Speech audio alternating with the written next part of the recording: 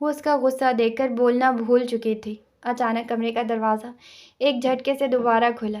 سیام! امروز صاحب کی گرجدار آواز کمرے میں گونجی۔ ان کے پیچھے حفصہ بیگم بھی بدحواسی میں اندر داخل ہوئیں۔ یہ کیا کر رہے ہو تم؟ ہوش میں ہو؟ امروز صاحب تیزی سے آگے بڑھے۔ سیام نے پلٹ کر ان کی طرف دیکھا مگر اس کے چہرے پر اب بھی غصے کی جلن باقی تھی۔ یہ عورت، یہ دھوکے باز! چٹاخ! امروز صاحب کا ہاتھ سیام کے چہرے پر پڑا۔ تھپڑ کی آواز پورے کمرے میں گونجی۔ شرم آنی چاہیے تمہیں۔ یہ تمہاری تربیت ہے کہ عورت پر ہاتھ اٹھاؤ؟ سیام ساکت ہو گیا، جیسے وقت تھم گیا ہو۔ اس کے چہرے پر شرمندگی اور حیرت کا امتزاج پھیل گیا۔ باپ ہونے پر آج شرمندہ ہوں میں۔ امروز صاحب کی آواز بھر آ گئی۔ کیا تمہیں یہی سکھایا تھا کہ کمزور پر ہاتھ اٹھاؤ؟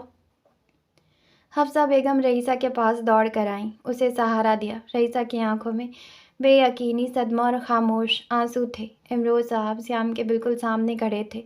اگر ایک بار پھر تم نے کسی عورت پر ہاتھ اٹھایا تو میرے ساتھ تمہارا رشتہ ختم ہو جائے گا، یہ یاد رکھنا۔ کمرے میں سناٹا چھا گیا تھا۔ صرف رئیسہ کی ہلکی سسکیاں سنائی دے رہی تھیں اور سیام کی آنکھوں میں وہ پہلی شرمندگی جو شاید اسے اپنے عمل کا آئینہ دکھا رہی تھی۔ سیام چھت پر جا چکا تھا۔ کچھ دیر پہلے گونجنے والی چیخیں، تھپڑوں کی آوازیں اور امروز صاحب کا غصہ سب کہیں دور جا چکے تھے، لیکن وہ گونج رئیسہ کے دل و دماغ میں مسلسل سنائی دے رہی تھی۔ وہ بیڈ کے کنارے بیٹھی تھی، چہرہ ایک طرف کو جھکا ہوا، بال بکھرے ہوئے اور گال پر سیام کے ہاتھ کا نشان سرخ ہو چکا تھا۔ اس کے اندر جیسے سب کچھ منجمد ہو چکا تھا۔ نہ کوئی آواز، نہ آنکھ سے آنسو، نہ لب پہ فریاد، وہ خاموش تھی۔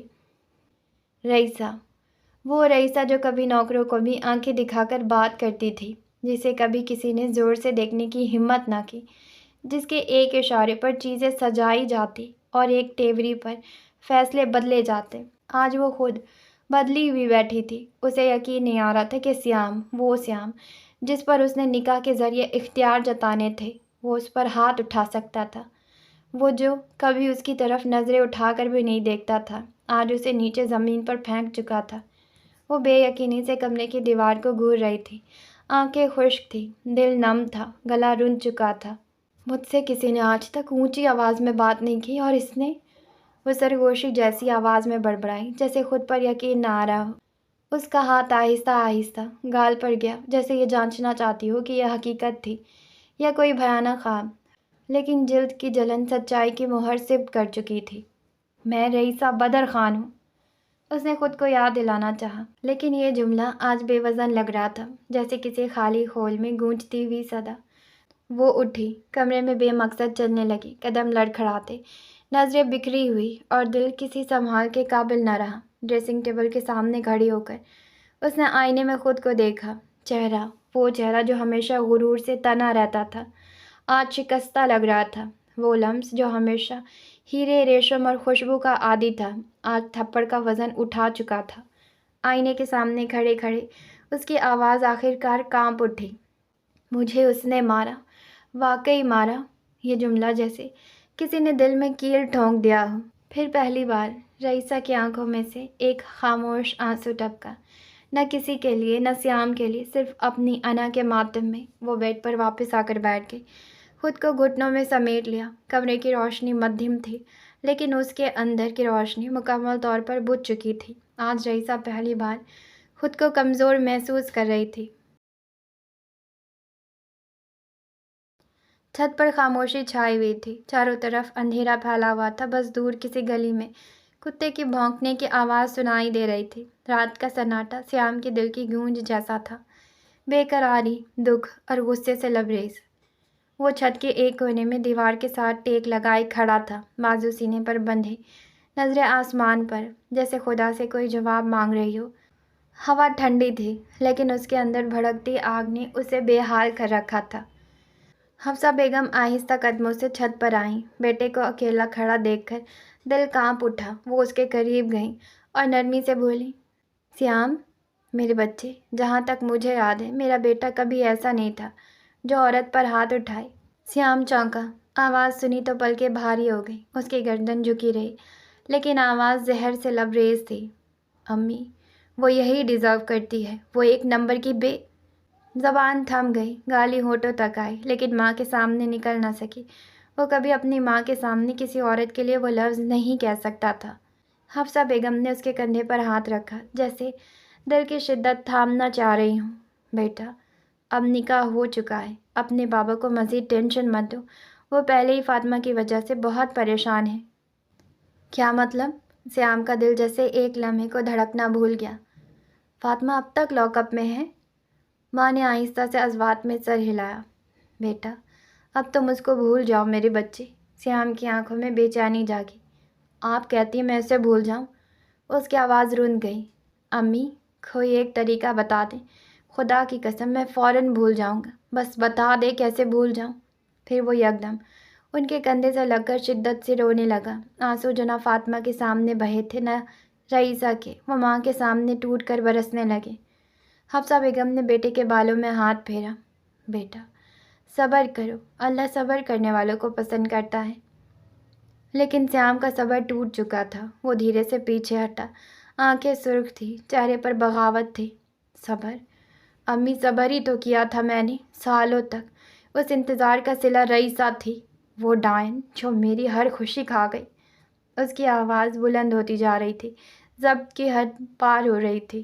امی، وہ مجھے مار رہی ہے اندر سے۔ اس کے ساتھ ایک چھت کے نیچے رہنا میرے لیے سزا ہے۔ حفصہ بیگم کی آنکھیں بھر آئیں۔ وہ ماں تھی، اس کا دکھ دیکھ کر خود کو کیسے سنبھالتی۔ میرے بیٹے، حوصلہ رکھو، وقت کے ساتھ سب ٹھیک ہو جائے گا، تم اسے بھولنے کی کوشش کرو، ہو جائے گا۔ لیکن سیام کا دل آج خالی ہو چکا تھا۔ وہ زخم دوہرا ہو گیا جب اس نے اپنا آخری شکوہ کہا۔ کچھ ٹھیک نہیں ہوگا اب۔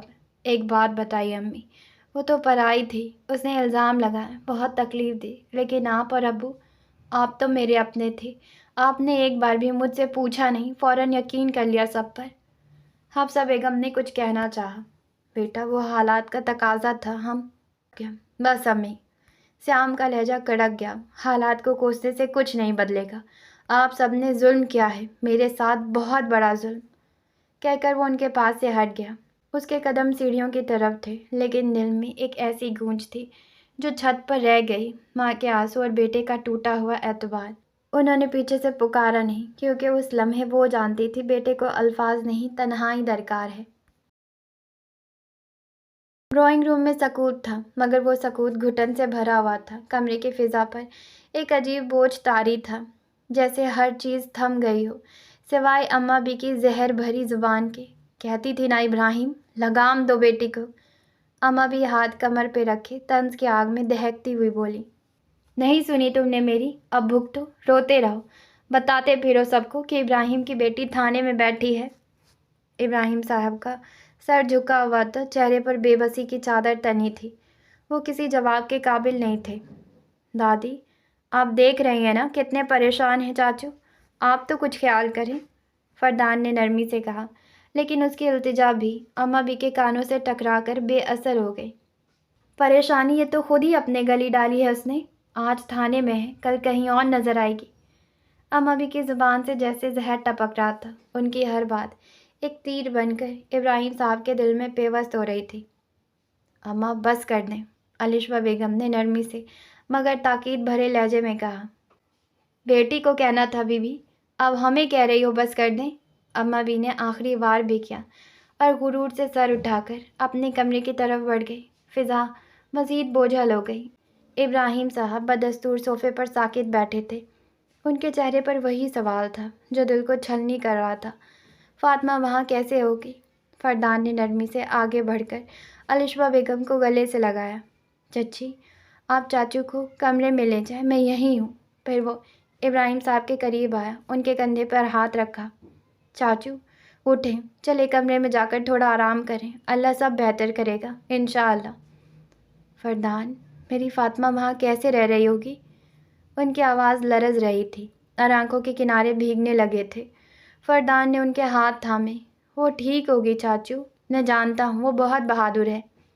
کمرے میں ایک لمحے کو خاموشی چھا گئی، مگر اس بار یہ خاموشی سہارا دیتی محسوس ہو رہی تھی۔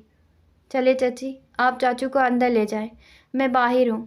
الشبہ بیگم نے اپنے شوہر کا ہاتھ تھام لیا اور آہستہ آہستہ انہیں کمرے کی طرف لے جانے لگی۔ فردان صوفے پر آ کر بیٹھ گیا اور ان دونوں کو جاتا دیکھتا رہا۔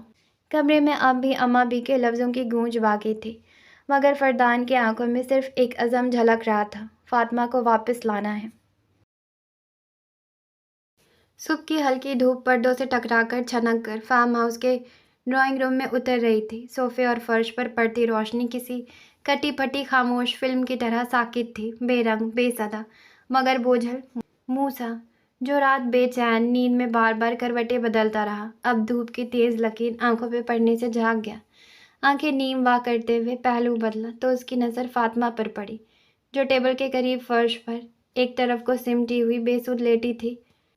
رات کو رونا ڈال رہی تھی، چھوڑ آؤ مجھے، اور اب ایسی سو رہی ہے جیسے اپنا ہی گھر ہو اس کا۔ موسیٰ تنک کر بڑبڑایا۔ وہ اٹھ کر بیٹھ گیا، آنکھیں رگڑتے ہوئے جھنجھلاہٹ سے اسے پکارنے لگا، فاطمہ اٹھو، آواز سن رہی ہو؟ فاطمہ نے کوئی جنبش نہ کی۔ موسیٰ کے ماتھے پہ بل پڑ گئے۔ وہ اس کے قریب آیا اور جھک کر چہرہ دیکھا، کہیں بے ہوش تو نہیں ہو گئی، کل سے کچھ کھایا بھی نہیں تھا۔ وہ فکر مندی اور غصے کے بیچ جھولتا ہوا سوچنے لگا، فاطمہ؟ اب کی بار اس نے اس کے چہرے سے بال پیچھے کرتے ہوئے اسے جھنجھوڑا۔ فاطمہ نے جھٹکے سے اپنی آنکھیں کھولی، بازو اس کی گرفت سے آزاد کروا گئی۔ ہاں، کیا ہے؟ گھر نہیں جانا تم نے؟ موسیٰ قدرے سخت لہجے میں بولا، ہاتھ پیچھے کھینچتے ہوئے۔ ہاں جانا ہے تو چھوڑ کر آؤ۔ فاطمہ کی آواز میں زہر گھلا ہوا تھا، اس کے لہجے میں وہ ساری اذیت بول رہی تھی جو رات اس نے سہی تھی۔ موسیٰ نے اس کے چہرے کی طرف دیکھا، گال پر اس کے ہاتھ کا نشان جیسے تمانچے کی طرح خود اس کے ضمیر پر لگا ہو۔ ایک لمحے کو وہ نظریں چرا گیا۔ باہر اسماعیل کھڑا ہے، وہ چھوڑ آئے گا، تم جاؤ۔ موسیٰ نے نظریں دوسری طرف کرتے ہوئے کہا۔ فاطمہ کی آنکھوں میں غصہ اور بے بسی ساتھ بھر آئی۔ مر جاؤ تم، اور تمہارا وہ اسماعیل بھی، وہ چیختی اور لڑکھڑاتے ہوئے صوفے کا سہارا لے کر اٹھنے لگی۔ پاؤں میں درد کی ٹھیس اس کے چہرے پہ چھپی اذیت بن کر ابھری۔ موسیٰ نے بے تاثر سا پلٹ کر اپنے کمرے کی طرف بڑھنے لگا۔ اوکے جاؤ، دماغ مت چاٹو۔ اس کی آواز میں وہی سرد روایتی بے حسی۔ فاطمہ نے اسے جاتے دیکھا، ایک لمحے کو لب بھیجے، بے حس، بدتمیز، وہ زیر لب بولی اور لنگڑاتے قدموں کے ساتھ فارم ہاؤس کے دروازے کی طرف بڑھ گئی۔ دروازہ کھلتے ہی ٹھنڈی ہوا کا جھونکا اس کے چہرے سے ٹکرایا، مگر اس کے اندر تپش کسی طوفان سے کم نہ تھی۔ زخم جسم سے زیادہ روح پر تھے، اور وہ تنہا تکلیف کے سائے میں فارم ہاؤس سے باہر نکل گئی۔ دروازہ ہلکی سی چرچراہٹ کے ساتھ کھلا۔ فاطمہ نے قدم اندر رکھا، پاؤں اب بھی درد سے بوجھل تھے، مگر دل اس سے بھی زیادہ زخمی، چہرہ تھکن سے سوجا ہوا، آنکھیں نیند، درد اور بے بسی سے خالی، جیسے زندگی چند گھنٹوں میں برسوں پرانی ہو چکی ہو۔ گھر کی فضا میں خاموشی تھی، وہ خاموشی جو کسی طوفان کے بعد بچی رہ جاتی ہے۔ صوفے پہ فردان بیٹھا تھا۔ جوں ہی اس نے دروازہ کھلنے کی آواز سنی، چونک کر اٹھا، جیسے یقین نہ ہو۔ فاطمہ؟ اس نے حیرت، بے چینی اور خوشی کے ملے جلے جذبات سے کہا۔ فاطمہ بمشکل مسکرائی، ایک قدم اور آگے بڑھایا۔ اسی لمحے اندر سے الشبہ بیگم بھاگتی ہوئی آئیں۔ بیٹی کو یوں زندہ سلامت مگر ٹوٹی ہوئی حالت میں دیکھ کر ان کا دل قابو سے باہر ہونے لگا۔ فاطمہ، میری بچی، وہ لپک کر اسے گلے لگا گئی۔ فاطمہ ماں کے گلے لگتے جیسے برسوں کا بوجھ ایک آنسو میں بہا گئی۔ ماں کا سینہ نم ہو گیا۔ مما، بس اتنا ہی کہہ پائی۔ فردان نے آگے بڑھ کر سہارا دیا۔ چلو بیٹھو آرام سے۔ ابھی وہ تینوں بیٹھ بھی نہ پائے کہ اماں بی کی آواز آ گئی، سرد، کٹیلی اور ہمیشہ کی طرح بے رحم۔ آ گئی ملکہ بیگم، بڑی مہربانی فرمائی، تھانے سے نکل کر اپنی سلطنت میں قدم رکھنے کا وقت مل ہی گیا۔ فاطمہ کی پلکیں لرزی، دل جیسے کسی پرانے زخم پہ نمک پڑنے سے کچوکے کھا گیا ہو۔ اماں، الشبہ بیگم نے دبے دبے لہجے میں کہا۔ اب کچھ نہ بولیں، بچی آئی ہے ابھی۔ ابھی؟ اماں بی نے جیسے بھڑک کر کہا۔ بچی، یہ تو ماشاء اللہ پورے محلے کا چراغ بن چکی ہے۔ آج تھانے، کل اخبار میں۔ فاطمہ نے نگاہ نیچی کر لی، زبان پر کوئی جواب نہیں آیا، آنکھیں نم تھیں مگر وہ ٹوٹنا نہیں چاہتی تھی۔ ابراہیم صاحب اندر سے نکلے، ان کی چال نڈھال تھی مگر فاطمہ کو دیکھ کر قدموں میں لرزش آ گئی۔ بابا؟ فاطمہ کی آواز لرزی اور اگلے ہی لمحے وہ ان کے سینے سے لگ گئی۔ میری بیٹی؟ ابراہیم صاحب نے اس کے سر پر ہاتھ رکھا، آواز بھر آ گئی۔ کیسی ہے میری بیٹی؟ بابا، میں ٹھیک ہوں، بس تھک گئی ہوں۔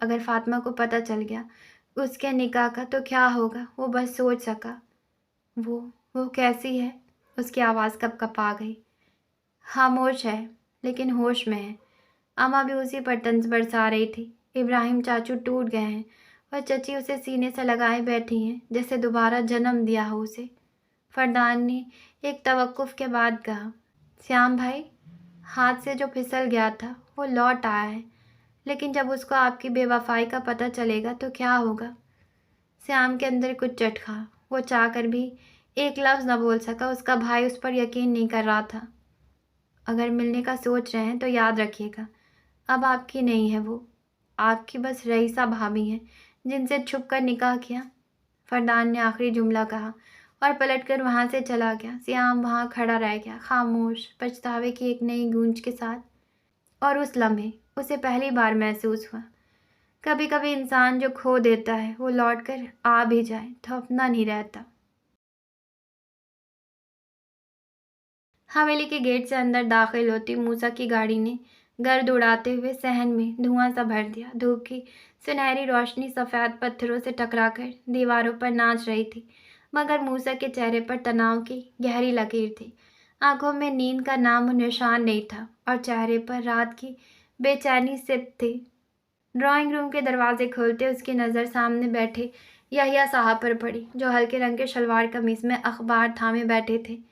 ان کے چہرے پر سختی اور آنکھوں میں سوالات کی بھرمار تھی۔ السلام علیکم تایا جان، موسیٰ نے مدھیم آواز میں سلام کیا اندر داخل ہوتے ہوئے۔ وعلیکم السلام، کہاں تھے تم کل رات سے؟ میں ساری رات پریشان رہا۔ یحییٰ صاحب کی آواز میں غصہ اور فکر کا امتزاج تھا۔ بس کچھ مصروفیت تھی۔ موسیٰ نظریں چراتے ہوئے صوفے پہ بیٹھ گیا۔ اصل بات بتانا اس کے بس سے باہر تھی۔ اچھا چلو ناشتہ کر لو، پھر میٹنگ ہے، سارے ممبرز آ چکے ہیں، اور یاد ہے نا شہسوار ملک کا انٹرویو 2 دن بعد طے ہے۔ یحییٰ صاحب نے بات بدلتے ہوئے ناشتہ کا اشارہ دیا، لیکن ساتھ ہی سیاسی ذمہ داری کا بوجھ یاد دلایا۔ انٹرویو؟ اس کا انٹرویو کون لے گا؟ اور آپ کو کیسے پتہ وہ انٹرویو دے رہا ہے؟ موسیٰ چونکا۔ شہسوار ملک جیسے بندے کا انٹرویو جو ہمیشہ کیمروں سے دور رہتا تھا۔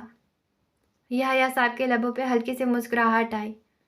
ابھی تو کنفرم نہیں، شاید تمہاری بیوی لے گی۔ یہ جملہ جیسے موسیٰ کے سینے میں کیل کی طرح لگا۔ وہ میری بیوی نہیں ہے، وہ تیز لہجے میں بولا، آنکھوں میں جھنجھلاہٹ تھی۔ اور وہ یہ انٹرویو نہیں لے گی؟ کیوں نہیں لے گی؟ تمہیں مسئلہ کیا ہے؟ یحییٰ صاحب نے اخبار میز پر رکھا اور ماتھے پہ تیوری چڑھاتے ہوئے کہا، شہسوار ملک کی فطرت جانتے ہیں آپ؟ اس جیسے آدمی کے سامنے فاطمہ کو بٹھانا خطرناک ہو سکتا ہے۔ اسی لیے تو کہہ رہا ہوں، تمہاری بیوی کو ہینڈل وہی کر سکتا ہے۔ یحییٰ صاحب کا لہجہ زج کرنے والا تھا، جیسے جان بوجھ کر چپتی بات کی گئی ہو۔ بار بار بیوی کہنا بند کریں۔ موسیٰ کی آواز میں شدت آ گئی، جبڑے بھینچ گئے۔ اور شہسوار ملک، وہ تیار کیسے ہو گیا انٹرویو کے لیے؟ وہ تو ہمیشہ اپنے بندے آگے کرتا ہے، خود کبھی سامنے نہیں آتا۔ بادشاہ اپنے وقت پر آتا ہے، اور بادشاہ کا وقت آ گیا ہے۔ یحییٰ صاحب مسکرائے جیسے کوئی راز جانتے ہوں۔ یہ تو وہی جانتا ہے۔ خیر تم ناشتہ کرو، پھر ہمیں نکلنا ہے، سارا دن بھاگ دوڑ ہے۔ موسیٰ کچھ بولے بغیر اٹھ کھڑا ہوا، دل کی بے چینی اور دماغ کے سوالات کے ساتھ۔ وہ دبے قدموں کمرے کی طرف بڑھ گیا۔ پیچھے ٹی وی کی آواز گونج رہی تھی، سیاست کے شور میں ذاتی زخموں کی گونج دبی جا رہی تھی۔ ہاں جی، تو آج کا ایپیسوڈ یہیں تک کے، اور مجھے لگتا ہے کہ آج کے ایپیسوڈ کی ہائی لائٹ تھی وہ 4 تھپڑ جو سیام نے رئیسہ کو مارے تھے، اور میرے حساب سے تو بالکل ٹھیک مارے تھے۔ اور جتنا وہ فرسٹریٹڈ تھا وہ 2-4 اور بھی لگا دیتا تو کوئی بات نہیں تھا۔ بہت برا کیا، بہت برا ہو گیا سیام کے ساتھ، فاطمہ کے ساتھ، لیکن کہانی یہیں آنی تھی۔ سیام کی جوڑی بنی تھی رئیسہ سے اور فاطمہ کی موسیٰ سے، تو ایسا ہونا تھا تو ہو گیا ہے۔ اب آگے دیکھتے ہیں کہ کیسے کہانی ڈیولپ کرتی ہے، کیسے ناول آگے بڑھتا ہے۔ ہم ملیں گے کل آنے والے ایپیسوڈ کے ساتھ۔ جانے سے پہلے چینل کو سبسکرائب کریں، لائک کریں، شیئر کریں، کامنٹس کریں، مجھے دعاؤں میں یاد رکھیں۔ Okay, tata, bye.